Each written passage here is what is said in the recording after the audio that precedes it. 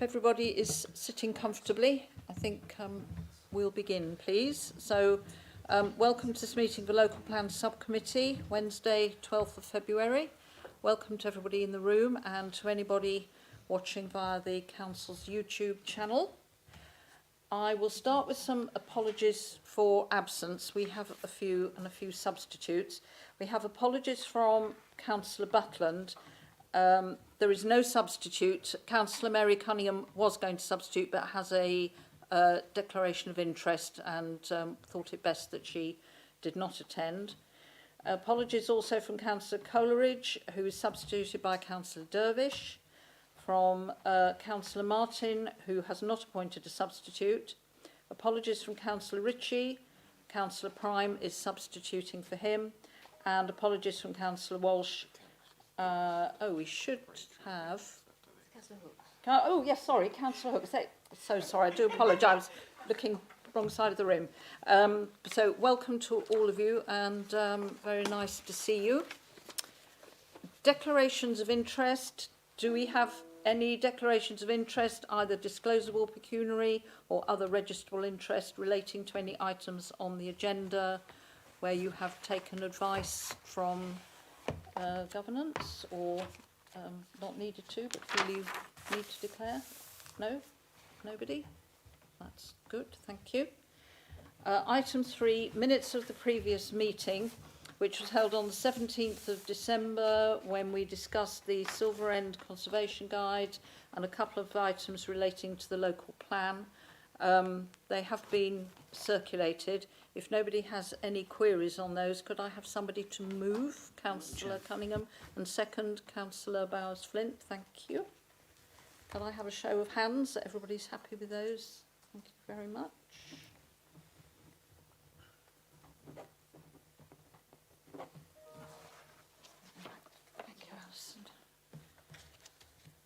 Right, item 4 is public question time. We have nobody registered to speak this evening, so we can move on to the first agenda item, which is the Employment Land Review 2020-25, which is going to be presented by Gary. I would just say first, a statement was sent round to everybody. It was from Councillor Van Dulken on an item relating to his ward, a site in his ward, Great Yeldham. I did ask for it to be circulated to all members of the local plan committee, and I know officers have seen it as well, so I hope everybody's had a chance to read that. And maybe when Gary's presented his report, I might just ask if there's any comment from officers on that. Other than that, Gary, over to you. Thank you.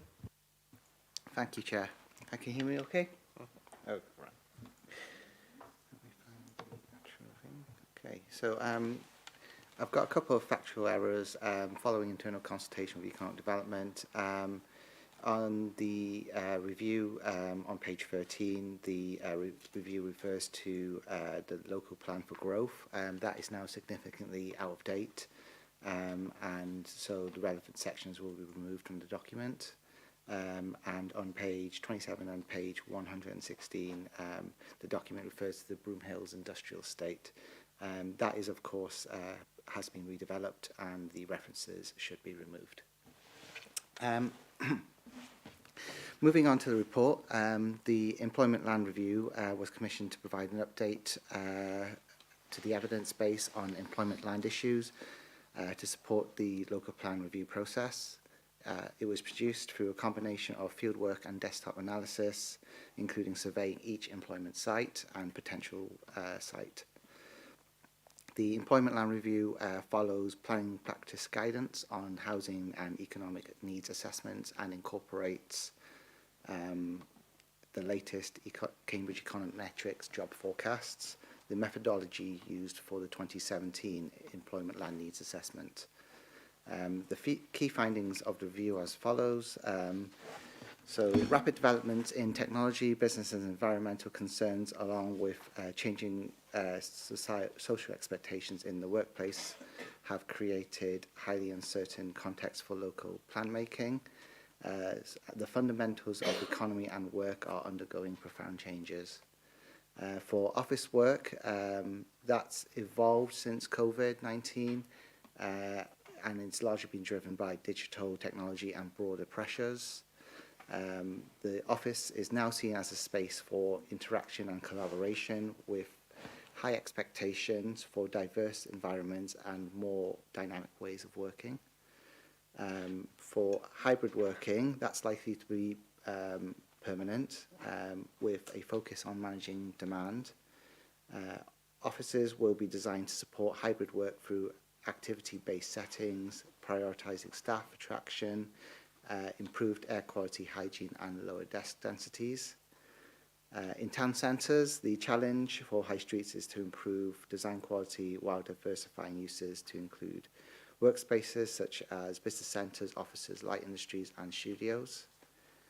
Industrial units are increasingly used by product and service-based firms, which require high-spec, flexible spaces with office facilities.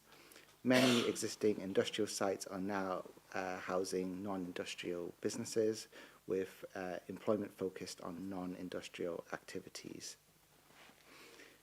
For the logistics market, that's grown rapidly, with larger units becoming more common, as seen at Horizon 120 in Braintree. Many large facilities are fully automated, featuring high bay racking and robotic systems.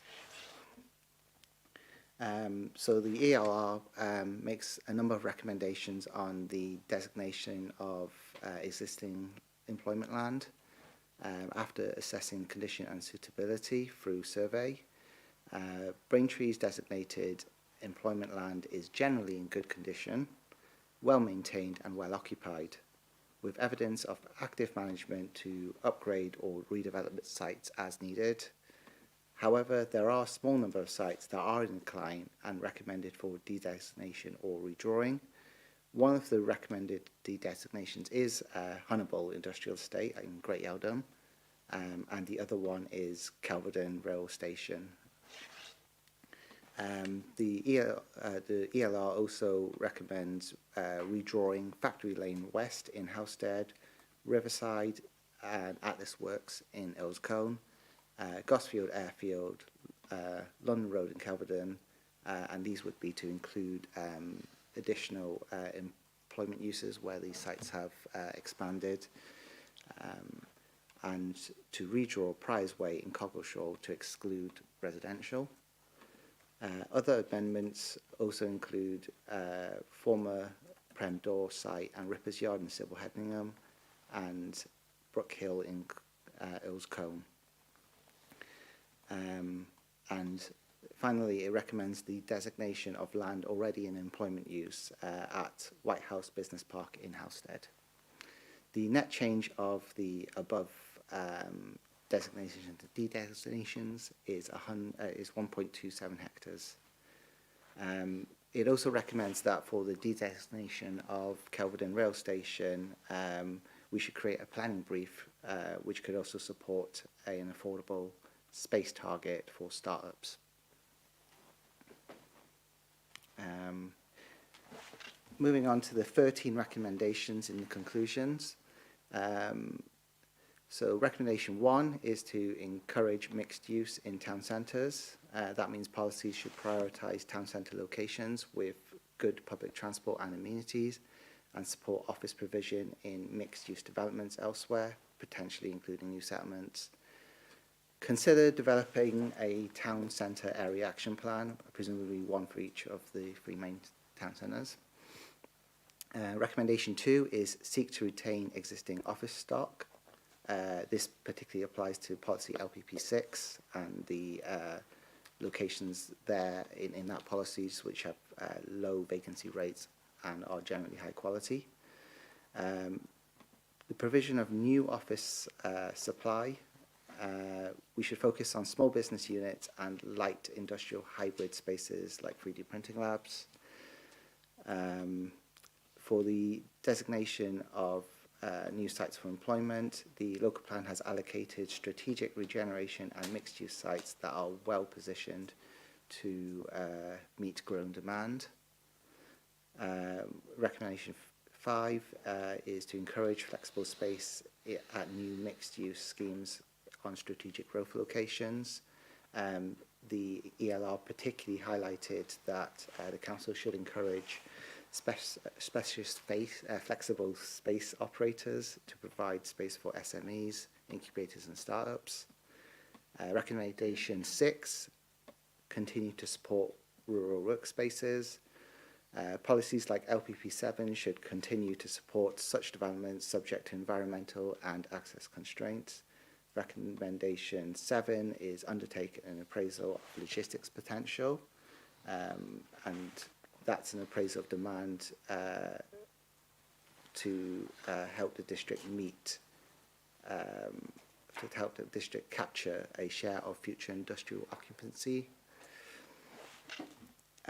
Recommendation 8 is retaining industrial stock, and that's to say the main industrial clusters in the districts are strong and should be protected for their uses. Recommendation 9 is provision of new industrial land, and it states to meet growing demand for industrial property, the council should encourage expansion of industrial sites onto adjacent land. Potential areas include Blue Bridge Industrial Estate, Eastways, Gosfield Airfield, Horizon 120, Lindisfarne Wood, and Springwood Drive. The protective policies of local plan have been fairly effective in managing the change of use on employment land. Where losses have occurred, these were replaced by the construction of new or modern premises. Recommendation 10 is non-industrial uses in industrial areas. So policies should ensure uses such as gyms, children's play areas and exercise studios do not impede the industrial uses.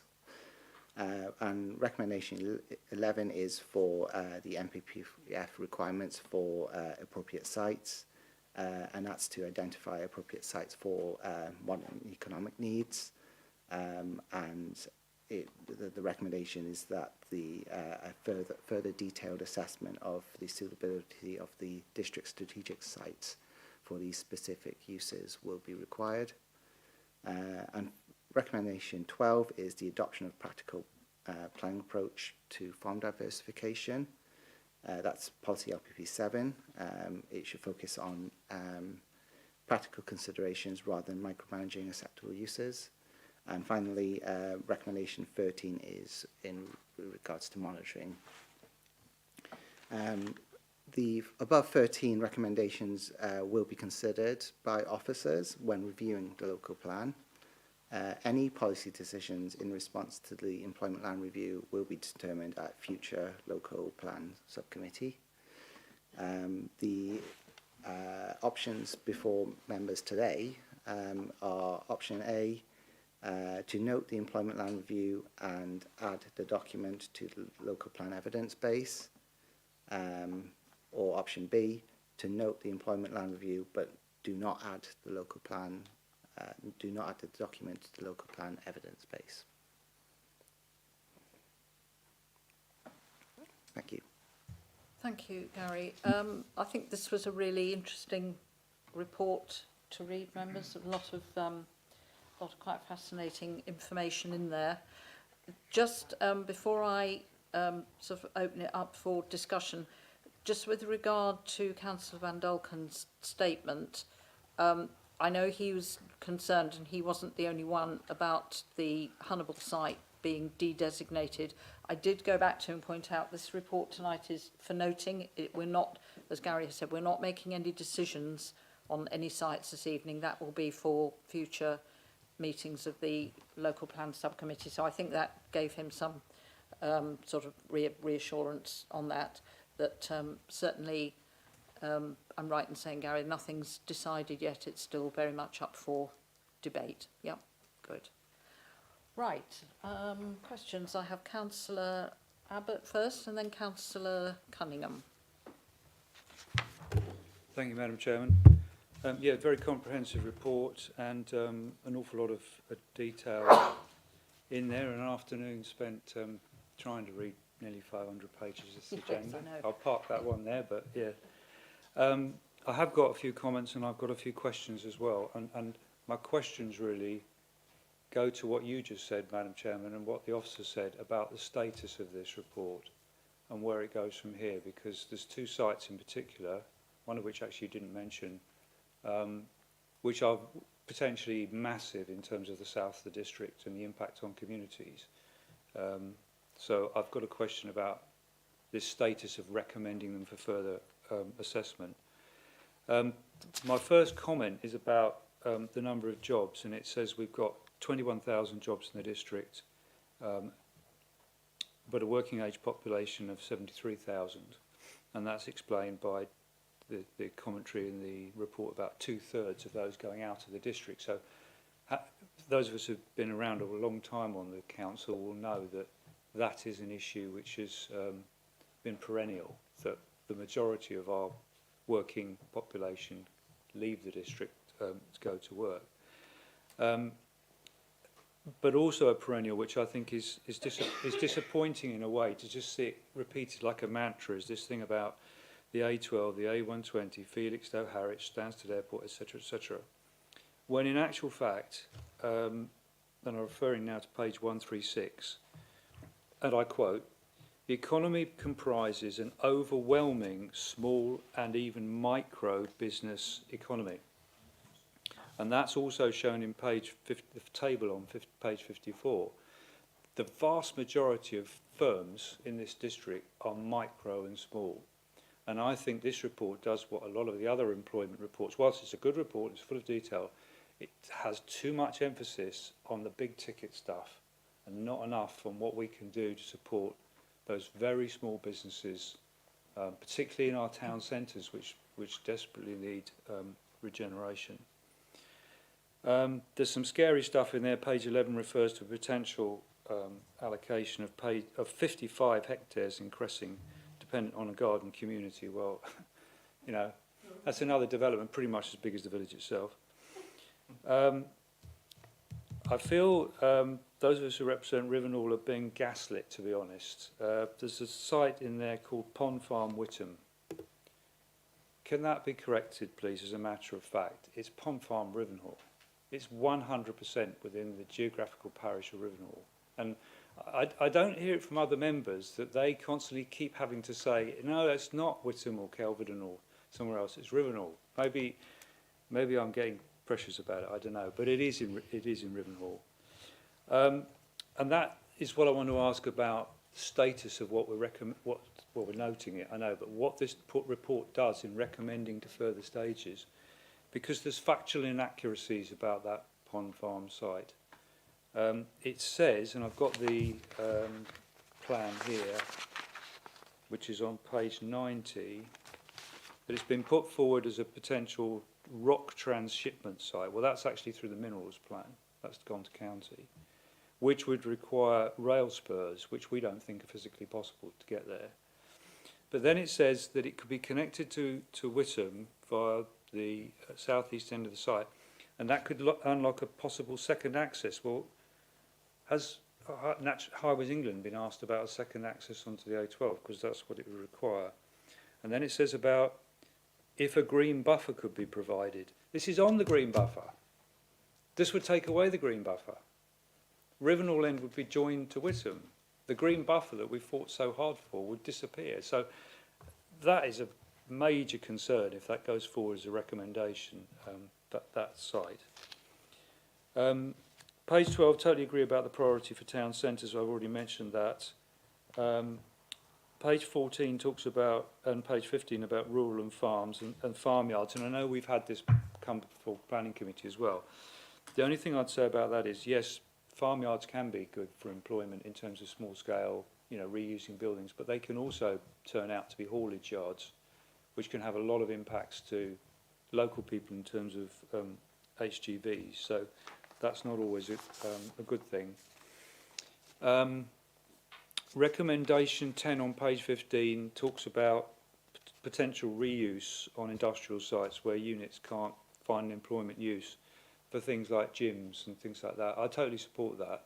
I think subject to careful planning, and we've had several of these in Witham, that's a good thing.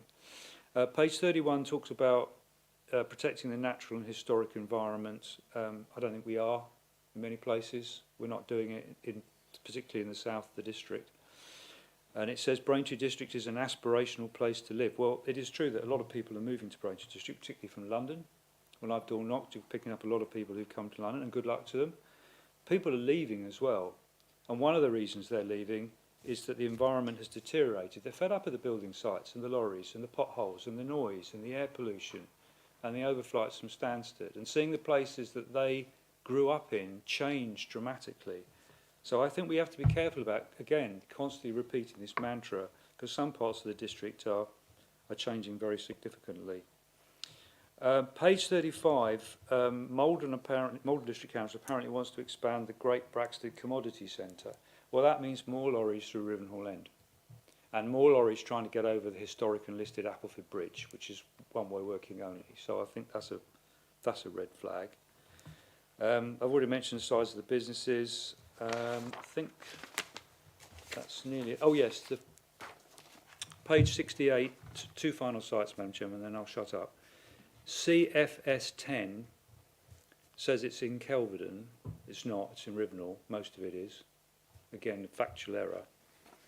And then finally, on page 69, and I don't think the officer, correct me if I'm wrong, even mentioned this, CFS 11 is a colossal 43-hectare site on the southern side of the Kelvedon bypass in open countryside.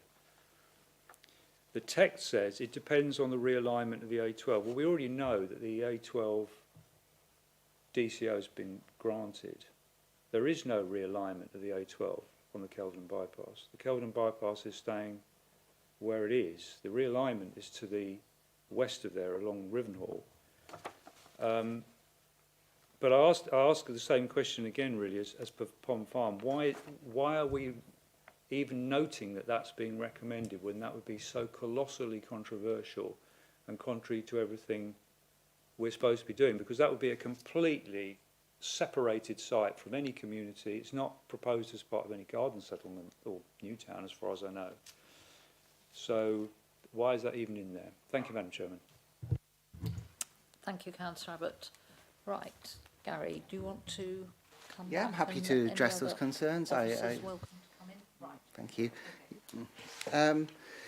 This is a objective independent study by consultants that have been appointed to undertake a job to look at the potential for employment sites in the district policy off, without also having to take on board a lot of the considerations that planners will need to take on board when we develop these ideas further.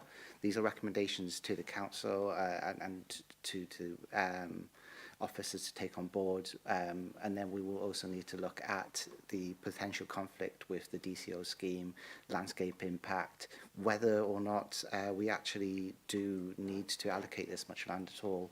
And after having made all these considerations, including members' views, we will come to a conclusion when we get to the local plan subcommittees, which are the allocating subcommittees in the future.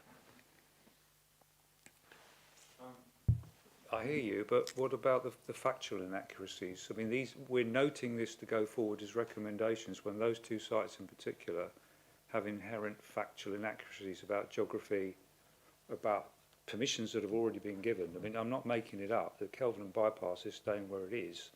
It's not being relocated. Pond Farm is in Rivenhall, not Witham. Mm-hmm. Are these things not going to be corrected? Yes, of course. I think they were originally submitted by the landowners, so the landowners themselves have, and we will just correct them. I mean, when we get round to the local plan subcommittees in the future, we'll have a corrected employment land review, and we'll make sure that these factual errors are checked and corrected. Okay, right. Gary, thank you.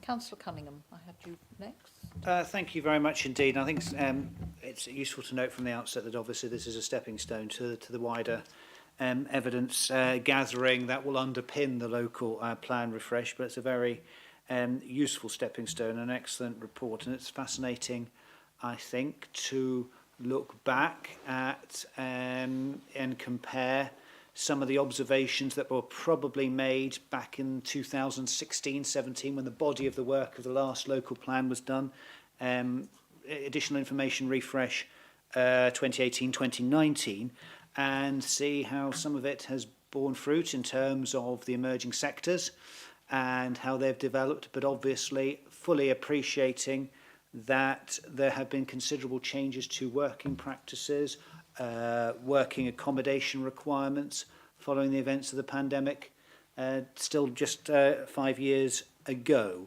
So it's fascinating in terms of retrospect from that point of view. And I think it makes some very, very useful observations, and I totally agree with the points that Councillor Abbott made about this remains a district of micro-organisations, yes. What I would say in response to his point about some of the big ticket strategic employers, that more and more of these micro-organisations are finding themselves on supply chains that serve those big ticket strategic objections, maybe not directly, but certainly indirectly. And therefore, it does have, these big ticket items do have a contributing factor to the overarching wealth and prosperity of the wider place. I think I think it's clear that the report, as outlined, acknowledges the importance of enhancing rural prosperity and the rural premises, and agree. I totally support the point made by Councillor Abbott regarding enterprising units and initiatives that have formed on farm premises. Yes, they must never be, they must never become haulage yards. They must never become well beyond the size and scope of their locations and the road network that surrounds them. But I think it is vitally important, and we've seen, I think, a great step forward in the last 5-10 years in this district, through the planning process, through the innovation of aspiring businessmen and women who have set up in small farm premises some of the most technical, innovative engineering and manufacturing. And I had the pleasure of seeing this for myself across the 8 years that I had the absolute pleasure of being the economic and development portfolio holder here at Braintree. Some of the most innovative products and providing some of the most sophisticated products actually being developed in small rural locations across the district. And I think it's important that the emerging local plan acknowledges that and gives the potential for that development, for that step forward in terms of business opportunities to continue. And again, the whole focus of economic strategy here, and I appreciate we're looking at through the prism of the local the local plan, has been to increase the wealth, the benefit of the place for the benefit of the majority, switching that emphasis on low unemployment, which itself is always a good starting point, but switching to a higher percentage in higher paid jobs, better skilled jobs. That's when you not only increase the productivity of the district, that's when you increase the productivity of the wider area. And I think there's very important considerations, and it's good that I think we have demonstrated in Braintree an appreciation of that, not just through strategic planning policy, but actually through development control, the day in, day out planning functions of the authority. And I think the authority is to be commended on that, and so are members when they come to raising their hands in planning committees. There's just one observation I would like to make, and it's probably a question I'd like to make because it's potentially a bit of an elephant in the room. We're very mindful of the responsibility we have in a relatively short time to update the Braintree district, refresh the Braintree district local plan, and hand that over to any successor organisation in whatever future arrangements may be. But I'm also very mindful that the economic prosperity of the place is not just defined by the local boundaries or the political boundaries that can be transient and are here at the moment. So could I just ask, and again, if it's something that perhaps maybe officers need to come back to or perhaps address later, that's absolutely fine, but I just wanted to sort of put it on record. Can I just ask how some of the wider strategic economic work that's been done through the North Essex Economic Board, through what used to be the South Essex Local Enterprise Partnership, and bearing in mind we could be only a matter of 14 months or so away from a mayoralty taking office, whose responsibility will be to have a wider strategic economic plan for the whole of the county. Can I just ask how existing work at a strategic level has and will inform our economic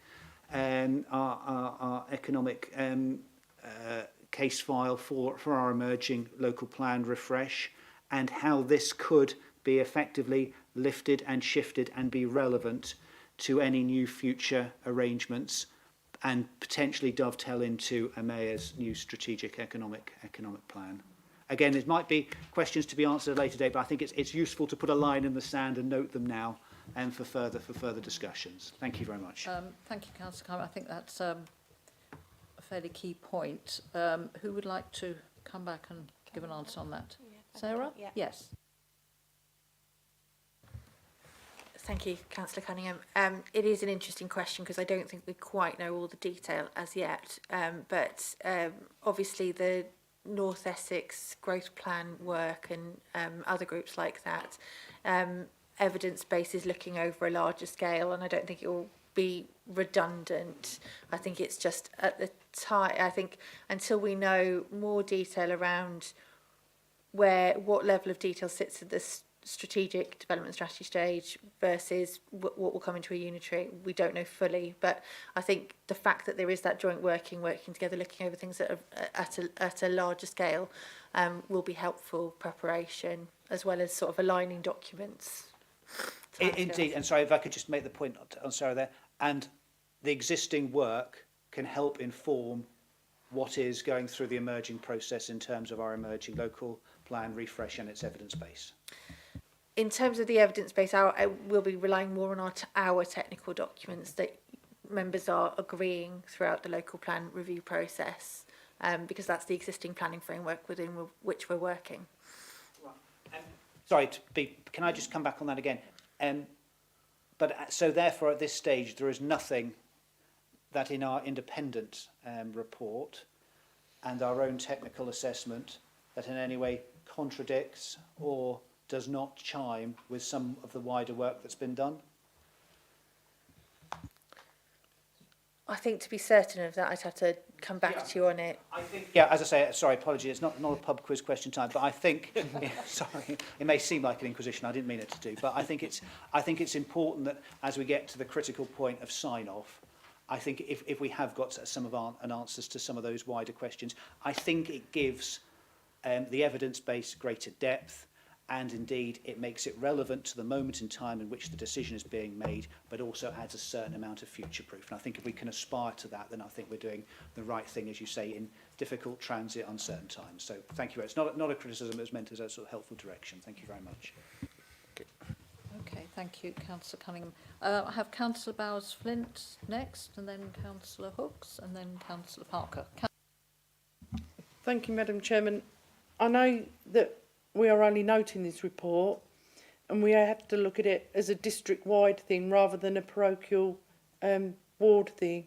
However, Councillor Abbott's mentioned some in his ward. I cannot let recommendation 9 go without referring to Springwood Industrial Estate being expanded. There is no way in this world that can be expanded as it is now with the road network and the problems that it's causing already, because one, companies don't want to go on there because it's taken employees at least 30 minutes to get off of it. The wise people are now parking in Panfield Lane, and it's quicker to walk across the field and get to their cars rather than try and get off the industrial estate. So we're saying that it has to take in consideration neighbouring uses like residential areas, and then it goes on potential sites. Well, Springwood Drive is not taken into consideration for expansion. It's not taken into consideration of the neighbouring properties and areas because it's gridlock. I know the whole of Braintree is gridlock, but this has been for a long while and will continue to do so until the network is altered. Thank you. Thank you. And I think those of us who know, and I suspect most of us do, would agree with you on the Springwood estate, and the fact that people are parking on Panfield Lane, that's having a knock-on effect and causing a problem too. So, yeah, I don't think anybody would disagree with that. So certainly something to be noted for, absolutely for sure. Good, thank you. Councillor Hooks. Thank you, Madam Chair. My query is also road related as well, actually. Page 61 of our agenda pack refers to the potential regional economic drivers, and within that there's road improvements. And it mentions the A120 dualling, which is obviously very long overdue, and I'm not sure really where it's at. It also mentions the Millennium Slips. That planning was approved in 2020. Was there actually a planning application approved for them? The document says that they're looking for funding. And the other one is the strategic link between Towlands and Springwood Drive.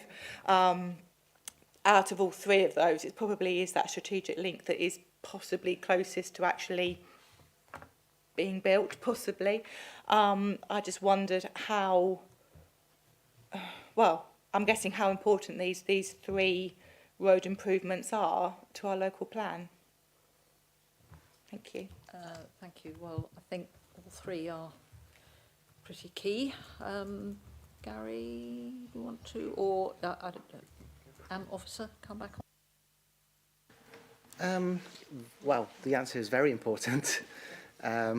Obviously, the A120 is not funded and is quite far away from becoming a NTIP project. The Millennium Slips, it did receive a planning application. Unfortunately, one of the landowners was unwilling to sell their piece of land for a reasonable price. So the project is on hold. And then, yes, the Towland Springwood Drive Link Road is quite right, closest to being built, but also not that close at all.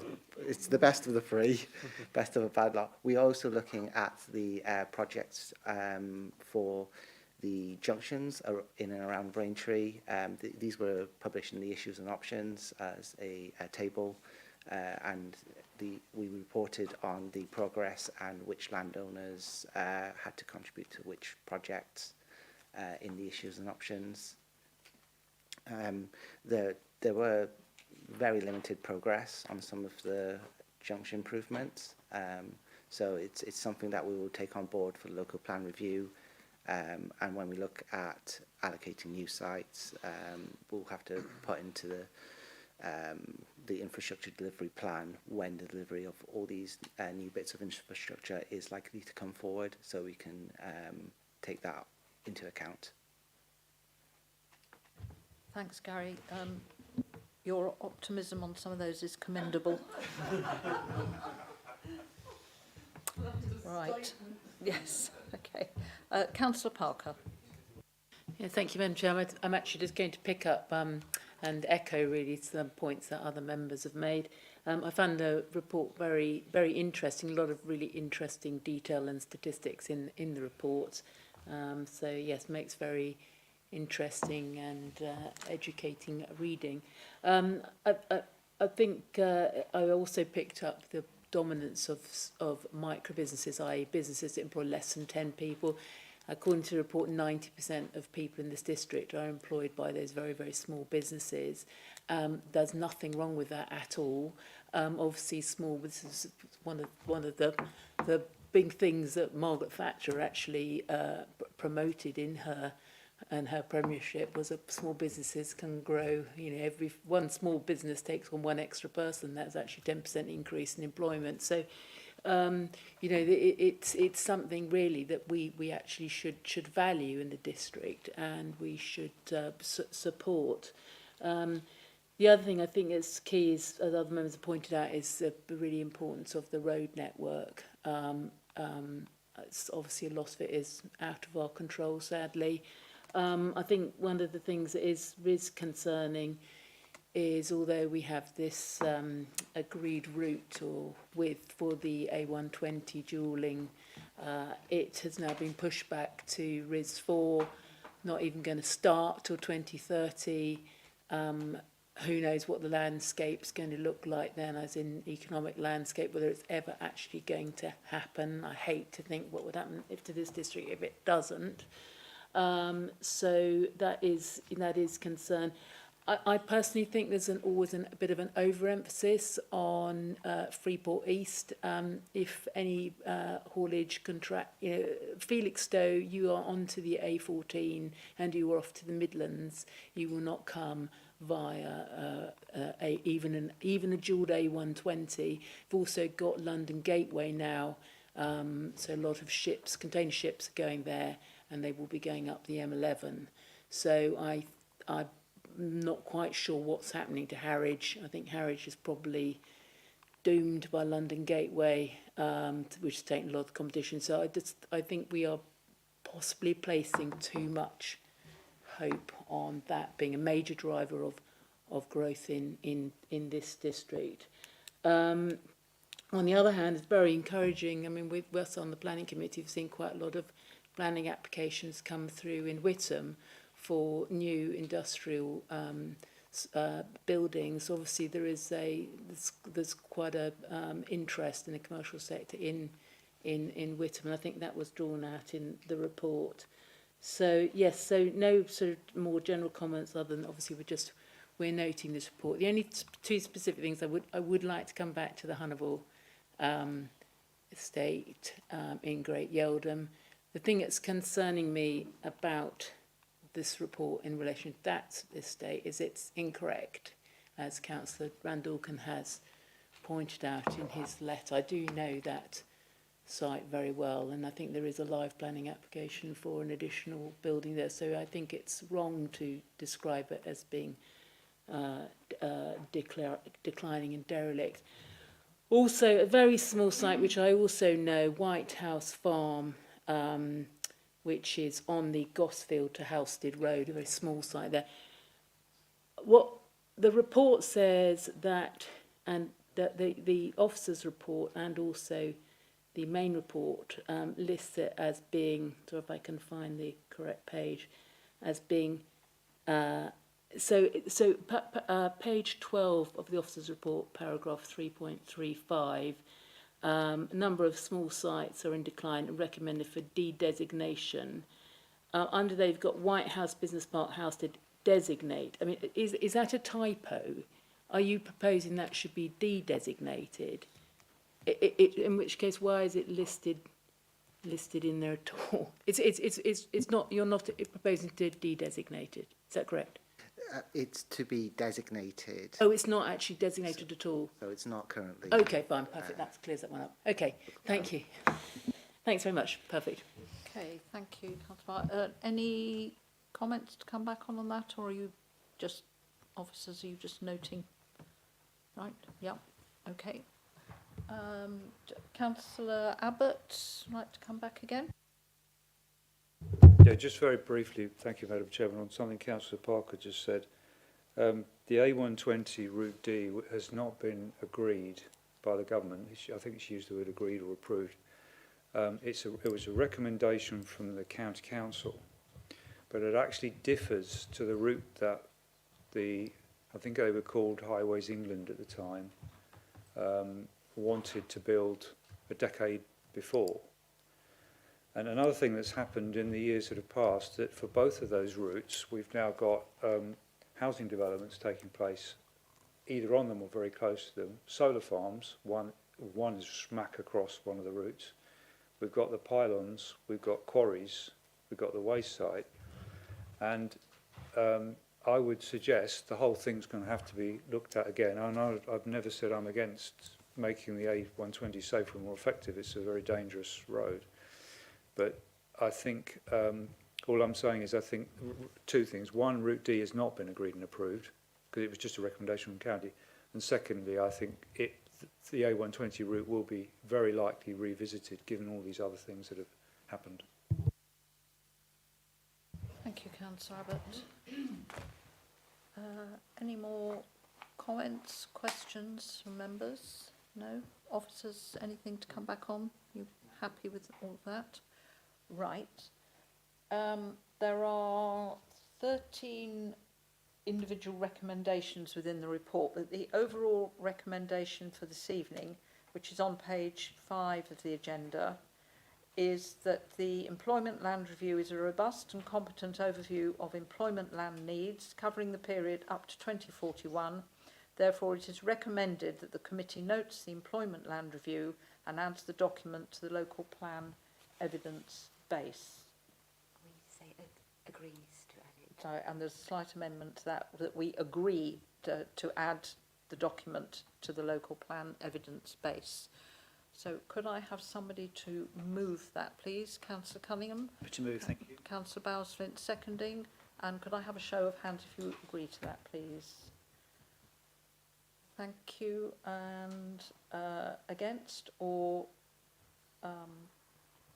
abstention? That's the word I was looking for. Thank you. Councillor Abbott, thank you.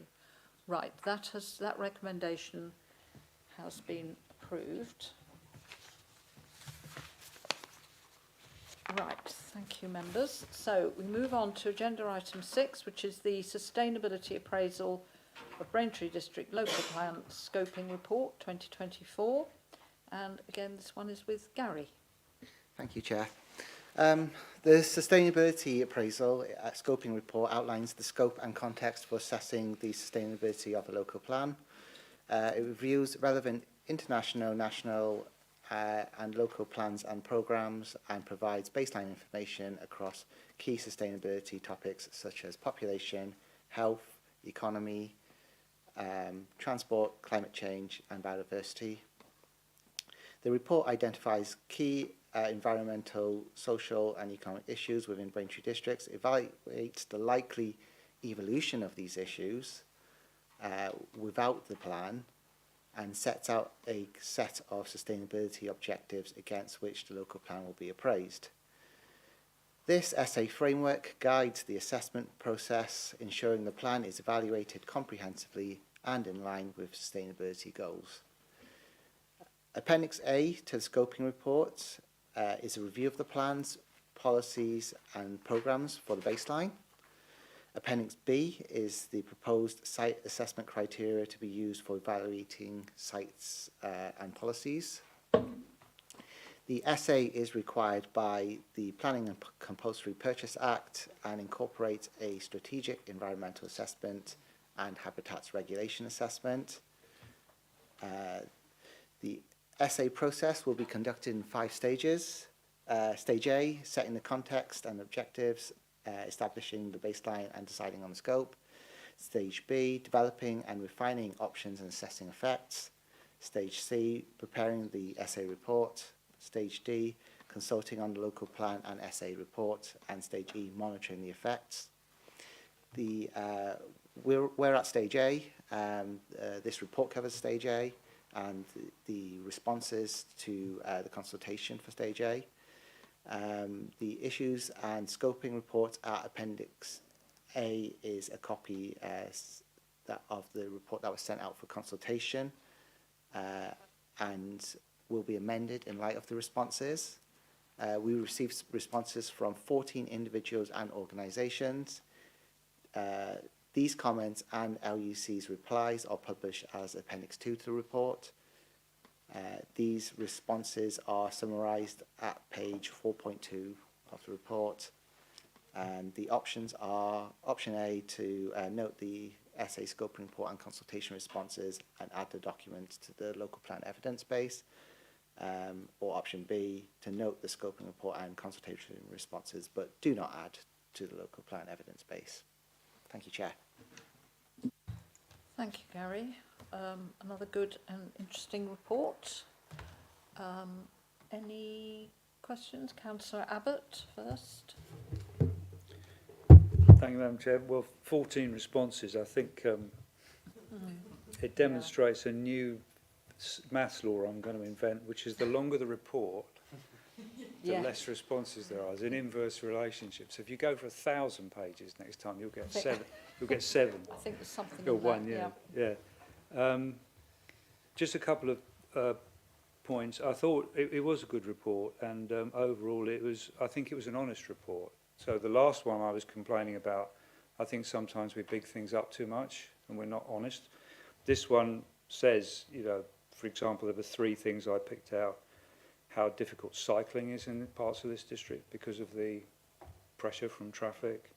It talked about the fact all of our rivers and tributaries do not reach good quality.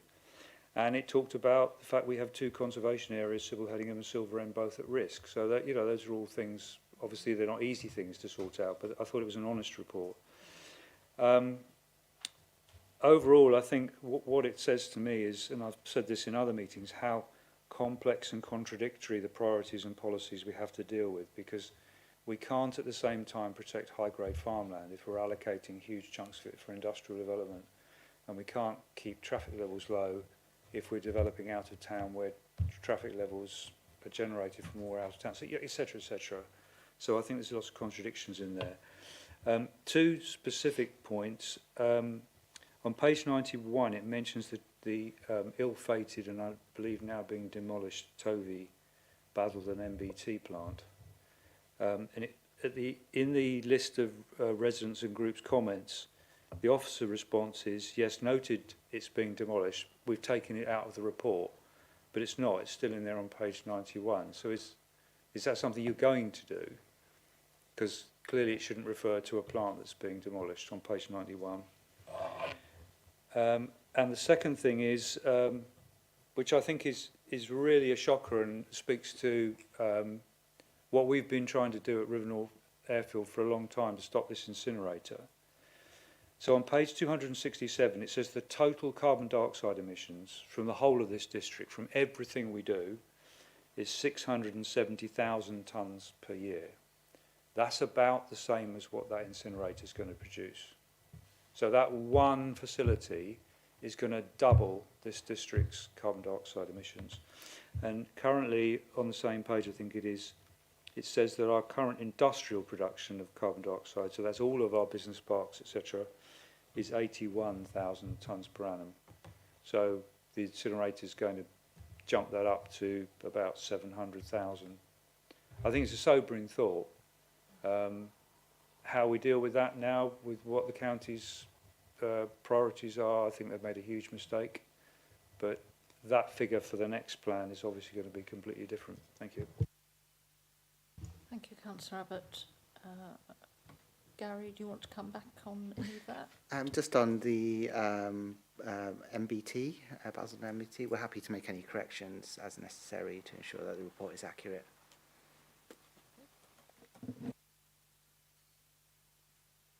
Councillor Parker. Yes, thank you. I agree, Chair, that was a very interesting, another very interesting, actually very readable report. So commend people for the writers for making it so easy to understand. A couple of things that picked out for me was I think it's interesting how there is a problem, and I think obviously with the east of England with water scarcity and water quality, and that is something that we are not going to be able to change unless there's, well, I think there is actually an additional pipe being put in right now that is going to serve a reservoir near Colchester, but I think that's something that we are going to be having to address the local plan. The only other thing, I'm just a bit concerned that with education, post-16 education, I think we do forget that there is one school in our district that doesn't have a sixth form, which I think is the Ramsey in Halstead. I do think we ought to draw out the fact that post-16 education can be provided in schools, but also can be provided in other educational institutes. And I think the issue of travelling to school, if you're 17 to go and do you know, A-levels or higher education, BTECs or whatever, for lots of children at that age do have to travel out of the district. And I think that ought to be drawn out in the, when we're thinking about education, we ought to be aware of the fact that that children also post 16 might have to go elsewhere, and not all schools teach all subjects that people want to be studying. So I think it is something we need to be conscious of, and the need that travel that entails, and also the bus services that need to be provided for that, etc. Thank you. Thank you. I think that's a good point about the potential problems of travelling for post-16 education, because we are a very rural district, and certainly some areas, not just in the north, but where it's, bus services are not necessarily terribly frequent, not at the right times of day to fit in with education and so on. So I think that's a point well made. Councillor Hooks. Thank you. Just to point out on page 79 of the report 3.61, it mentions the Braintree town benefits from 2 railway stations, and then it mentions a list of other railway stations in the district. One being Rushley Green. I haven't heard of that in the Braintree district, and Hatfield Peveril is spelt wrong as well, just to make it factually correct. Rushley Green? It's in Castle Hedingham, and it's nowhere near a railway station. Oh, right. Okay. Right. Well, we'll have a look at that. Okay. Fine. Madam Chairman, we had a planning application for a housing development in Silver End, which was unfortunately granted on appeal, and the developer, Gladman, were advocating the use of a railway station at Howstead to serve it. Well, yeah. Good luck with that one. Okay. Anybody else have comments or questions on this one? No? Right.